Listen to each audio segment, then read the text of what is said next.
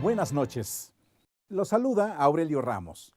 Estas son las noticias y vamos a los titulares. Sin acuerdos, pero con voluntad de diálogo, concluyó primera junta México-Estados Unidos sobre aranceles. Es clamoroso el repudio a aranceles de Trump a México. Se opone hasta el Fondo Monetario Internacional. 7 ex embajadores gringos en México le piden a Trump evitar tarifas. Aseguran que dañarían a los dos países. Ingresó a México nueva caravana migrante, fue frenada mediante operativo. Sigue presunto violador y pornógrafo infantil como líder de la Iglesia La Luz del Mundo. Estos son los detalles de la información. La delegación mexicana para negociar la eliminación de aranceles por Estados Unidos se reunió con funcionarios estadounidenses, entre otros el vicepresidente Mike Pence y el secretario de Estado Mike Pompeo, así como el asesor comercial Robert Lighthizer. La Junta concluyó sin acuerdos concretos, pero con el compromiso de continuar este jueves las conversaciones.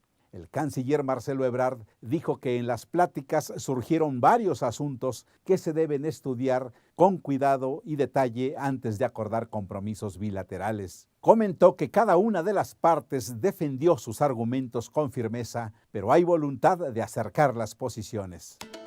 Es clamoroso el repudio dentro y fuera de los Estados Unidos a los aranceles de Trump contra México. Lo exigen demócratas, pero también republicanos y hasta el FMI. Nancy Pelosi, presidenta de la Cámara de Representantes, dijo que la imposición de aranceles tiene por objeto distraer de las investigaciones del Congreso sobre obstrucción de la justicia por el Russia Gate.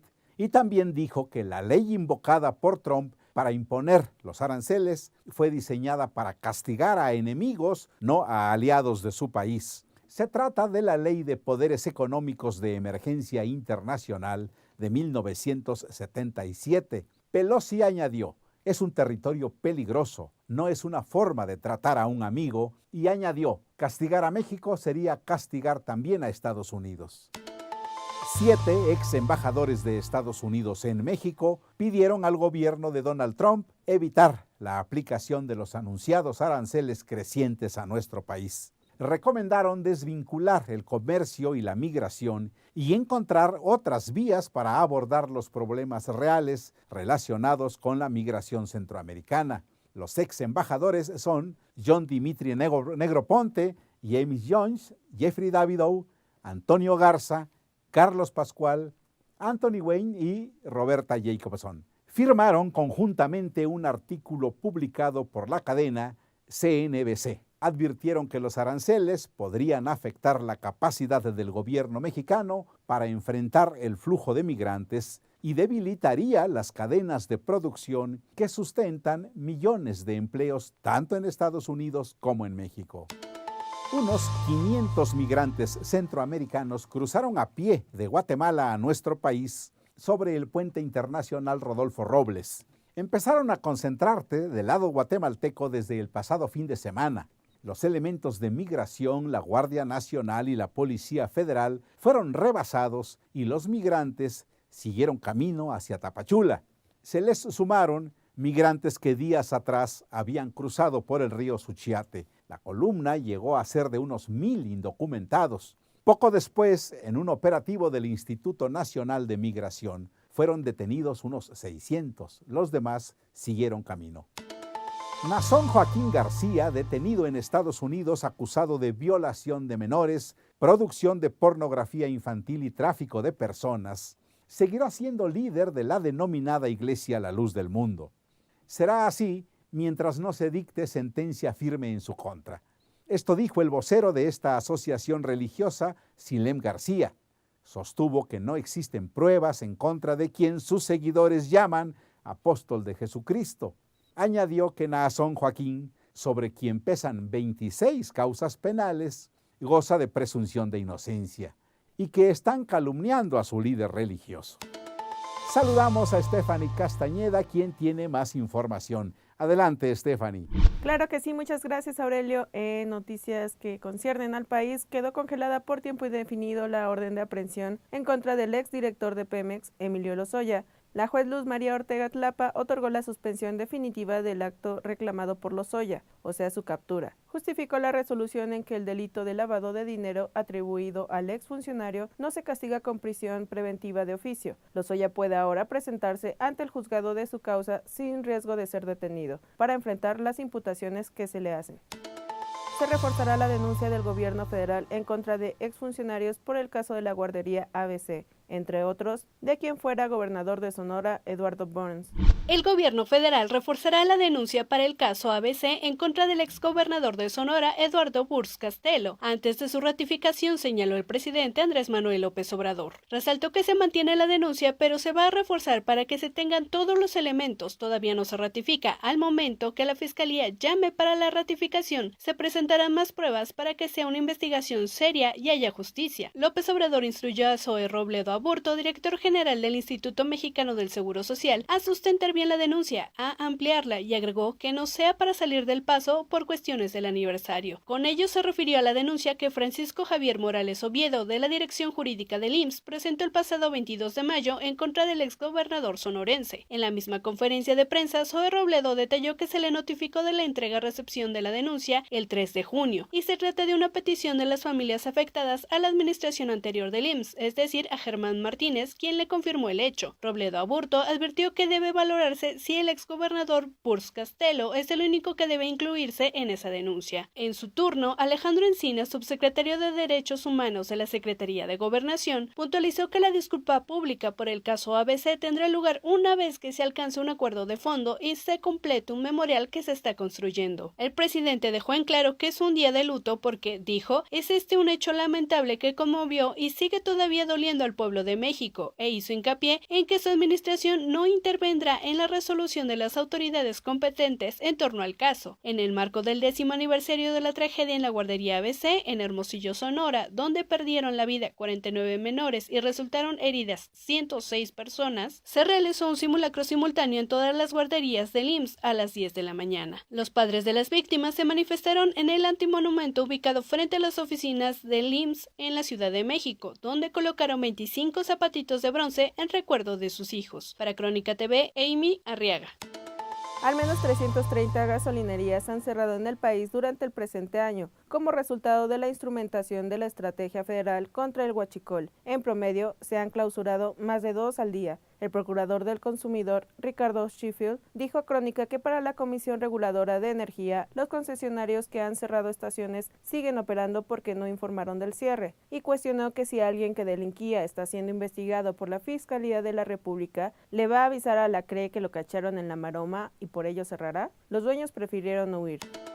En la Ciudad de México ya existe otra contingencia, y no es la atmosférica, sino la de desabasto de agua. Las alcaldías Coyoacán, Iztapalapa, Iztacalco y Tlalpan son las más afectadas por dicho desabasto, pero existe una alta posibilidad de que se sume a esta lista Cuauhtémoc, Benito Juárez, Venustiano Carranza, Xochimilco y Azcapotzalco. Así lo señalaron expertos en temas hídricos, entre estos el investigador de la UNAM, Emilio Merino. Tan grave es el problema que en las 4 alcaldías que ya enfrentan el desabasto, los habitantes pueden pasar días sin contar con el suministro, y si llegan a tenerlo es por tandeo.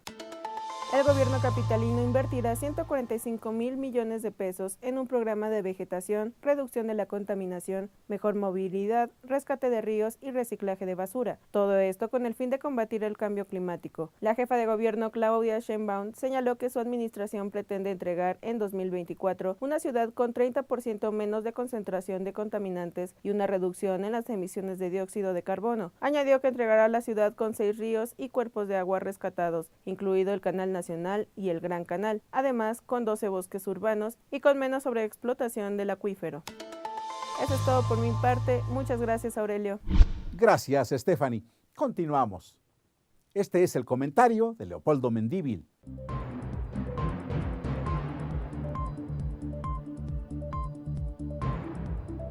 La comunidad científica del país fue beneficiada con la renuncia de la exsecretaria del Medio Ambiente, Josefa González Blanco, quien fue sustituida por el ecólogo Víctor Manuel Toledo, un reconocido científico mexicano ambiental, que ha publicado 20 trabajos de investigación y en 13,000 ocasiones sus realizaciones han sido citadas por otros tantos científicos nacionales y extranjeros. Toledo ha realizado durante más de 3 décadas estudios interdisciplinarios de diversidad biológica y cultural para crear una nueva área llamada etnoecología. Víctor Manuel Toledo ha recibido la oportunidad de su vida para hacer realidad todo lo que él y sus colegas han hecho en beneficio del medio ambiente del planeta. Confiamos en que su talento servirá para recuperar el medio ambiente que hemos perdido.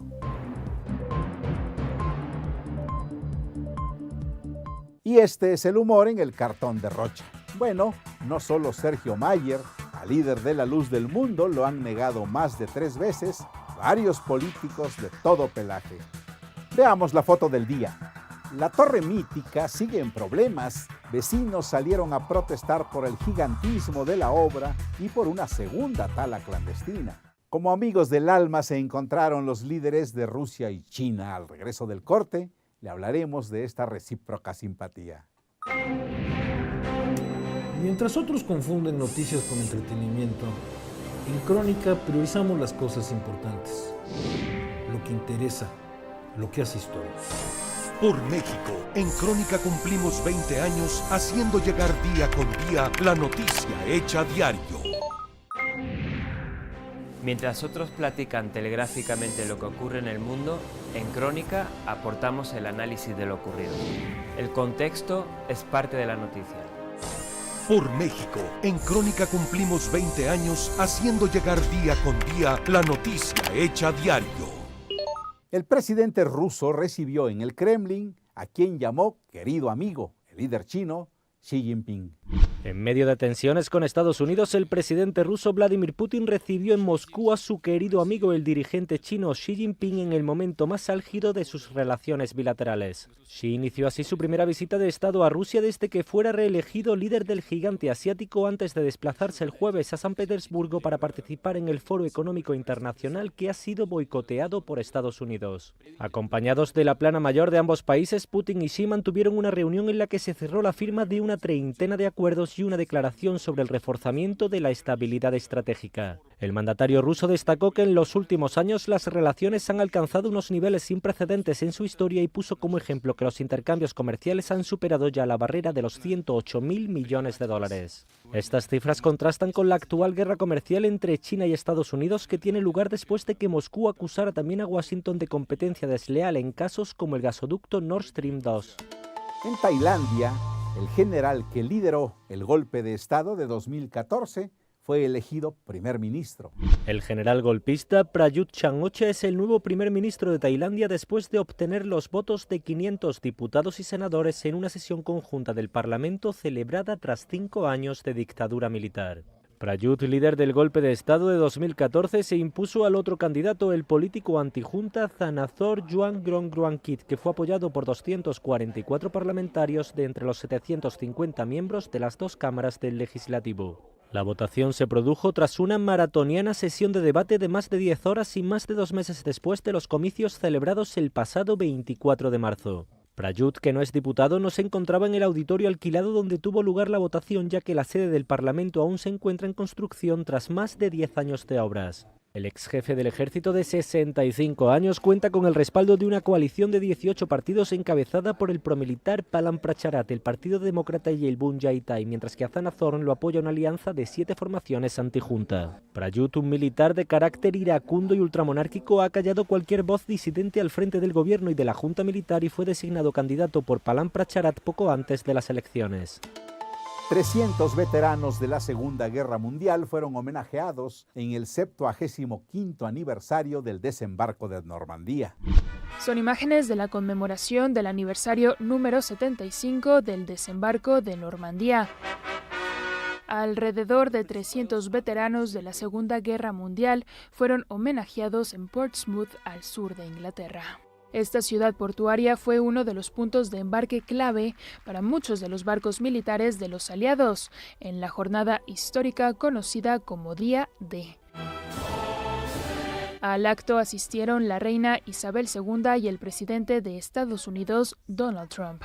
También acudieron la primera ministra británica Theresa May, el príncipe Carlos y varios jefes de Estado y de gobierno. Entre ellos el presidente francés Emmanuel Macron, la canciller alemana Angela Merkel y el primer ministro canadiense Justin Trudeau. La jornada estuvo llena de recuerdos, reflexiones y testimonios de los supervivientes de aquel desembarco que dejó en el bando aliado más de 4.300 víctimas, es decir, muertos, heridos y desaparecidos. Entre el 6 de junio y el 25 de agosto de 1944, las tropas aliadas lucharon en la batalla de Normandía para liberar a los territorios de la Europa occidental ocupados por la Alemania nazi. En el Día Mundial del Medio Ambiente, la consigna general fue respirar un aire más limpio. Con China como país anfitrión global de las Naciones Unidas y la contaminación del aire como protagonista, millones de ciudadanos celebran este miércoles el Día Mundial del Medio Ambiente. La contaminación del aire deja cada año cerca de 7 millones de muertes. 4, según datos oficiales, ocurren en la región de Asia y el Pacífico. En ella también se encuentran las 10 ciudades más contaminadas del mundo, 7 en India, 2 en Pakistán y 1 en China. La ciudad oriental de China de Hangzhou se eligió este año como centro de la lucha contra la contaminación atmosférica, ya que China está vista por la ONU como el ejemplo a seguir por los otros grandes contaminantes mundiales. Con este día, Naciones Unidas busca instar a los gobiernos, la industria, las comunidades y a los individuos en todo el mundo a unirse para explorar las soluciones a este problema global a través de las energías renovables y las tecnologías sostenibles. En ciudades como Pekín, por ejemplo, los niveles de partículas finas cayeron un 35% en los últimos 5 años a través de estrictos estándares de emisiones de vehículos, el fomento del uso del transporte eléctrico o de las bicicletas y limitando el uso de calderas de carbón. Las celebraciones por este día han recorrido todo el mundo, desde una carrera ciclista en Kenia a la plantación de árboles en la India, pasando por actividades comunitarias de limpieza en Etiopía y en Japón. Todo ello contra el impacto de una epidemia de la que ningún rincón del planeta está a salvo. Llegamos al final. Gracias. Síganos en nuestras redes sociales y en nuestra página en www.cronica.com.mx. Hasta mañana a las 21:30. Soy Aurelio Ramos. Muy buenas noches.